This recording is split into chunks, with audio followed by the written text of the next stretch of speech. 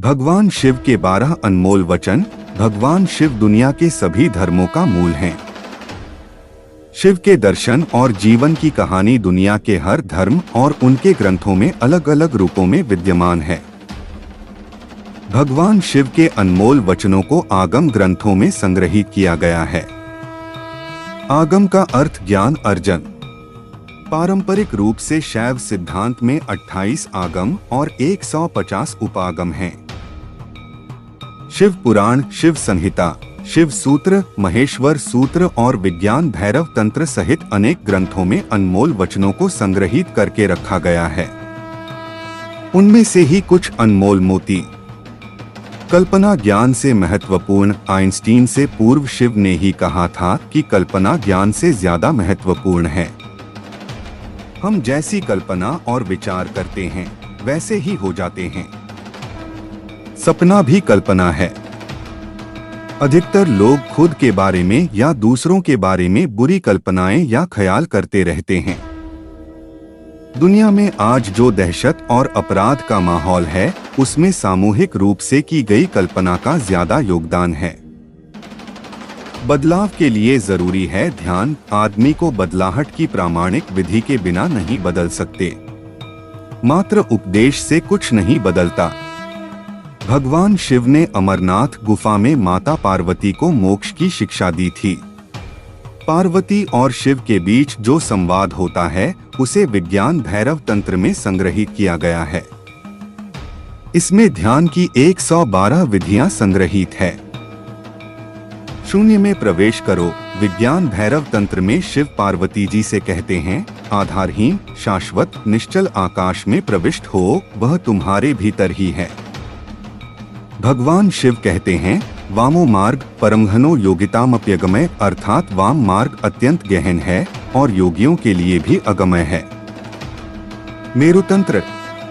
भगवान शिव के योग को तंत्र या वाम योग कहते हैं। इसी की एक शाखा हठ योग की है। आदमी पशुवत है। मनुष्य में जब तक राग, द्वेष, ईर्ष्या, वैमनस्य, अपमान तथा हिंसा जैसी अनेक पाशविक वृत्तियां रहती हैं, तब तक वह पशुओं का ही हिस्सा है। पशुता से मुक्ति के लिए भक्ति और ध्यान जरूरी है। भगवान शिव के कहने का मतलब यह है कि आदमी एक अजायब घर है। आदमी कुछ इस तरह का पशु है जिसमें सभी तरह के पशु और पक्षियों की प्रवृत्तियां विद्यमान हैं। आदमी ठीक तरह से आदमी जैसा नहीं है। आदमी में मन के ज्यादा सक्रिय होने के कारण ही उसे मनुष्य कहा जाता है, क्योंकि वह अपने मन के अधीन ही रहता है। मरना सीखो। यदि जीवन में कुछ सीखना है तो मरना सीखो। जो मरना सीख जाता है वही सुंदर ढंग से जीना जानता है। गायत्री मंजरी में शिव पार्वती संवाद आता है, जिसमें भगवती पूछती हैं, हे देव, आप किस योग की उपासना करते हैं जिससे आपको परम सिद्धि प्राप्त हुई है? उन्होंने उत्तर दिया, गायत्री ही वेद माता है और पृथ्वी सबसे पहली और सबसे बड़ी शक्ति है। वह संसार की माता है। गायत्री भूलोक की कामधेनु है। इससे सब कुछ प्राप्त होता है। ज्ञानियों ने योग की सभी क्रियाओं के लिए गायत्री को ही आधार माना है। जीवन को सुखमयी बनाने के लिए भोजन और पान, पेय से उत्पन्न उल्लास, रस और आनंद से पूर्णता की अवस्था की भावना भरें, उससे महान आनंद होगा। या अचानक किसी महान आनंद की प्राप्ति होने पर या लंबे समय बाद बंधु बांधव के मिलन से उत्पन्न होने वाले आनंद का ध्यान कर तल्लीन और तन्मय हो जाएं। प्रकृति का सम्मान करो। प्रकृति हमें जीवन देने वाली है, इसका सम्मान करो।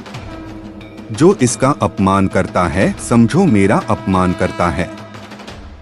दुनिया का हर काम प्रकृति के नियमों और तरीकों से ही होता है, लेकिन अहंकार से ग्रसित लोग ऐसा मानते हैं कि सब कुछ वही कर रहे हैं।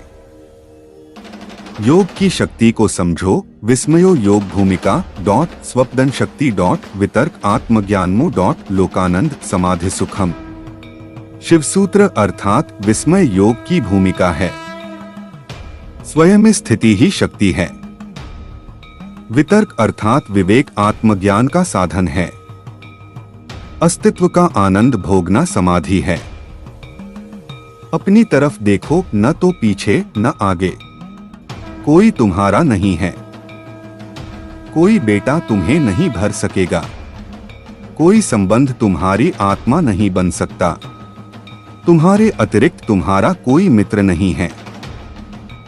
माया को समझो। आत्मा चित्तम कलादीना तत्वानाम विवेको माया मुहावरणात् सिद्धि जागृत द्वितीय कर। शिवसूत्र अर्थात आत्मा चित्त है। कला आदि तत्वों का अविवेक ही माया है। मोह आवरण से युक्त को सिद्धियां तो फलित हो जाती हैं, लेकिन आत्मज्ञान नहीं होता है। स्थायी रूप से मोह जय होने पर सहज विद्या फलित होती है। ऐसे जागृत योगी को सारा जगत मेरी ही किरणों का प्रस्फुरण है, ऐसा बोध होता है। अपनी जागरूकता का विस्तार करो। अन्य प्राणियों के शरीर में अपनी जागरूकता का विस्तार करके महसूस करो कि वे क्या सोचते हैं। अपने शरीर की जरूरतों को एक तरफ छोड़ दो।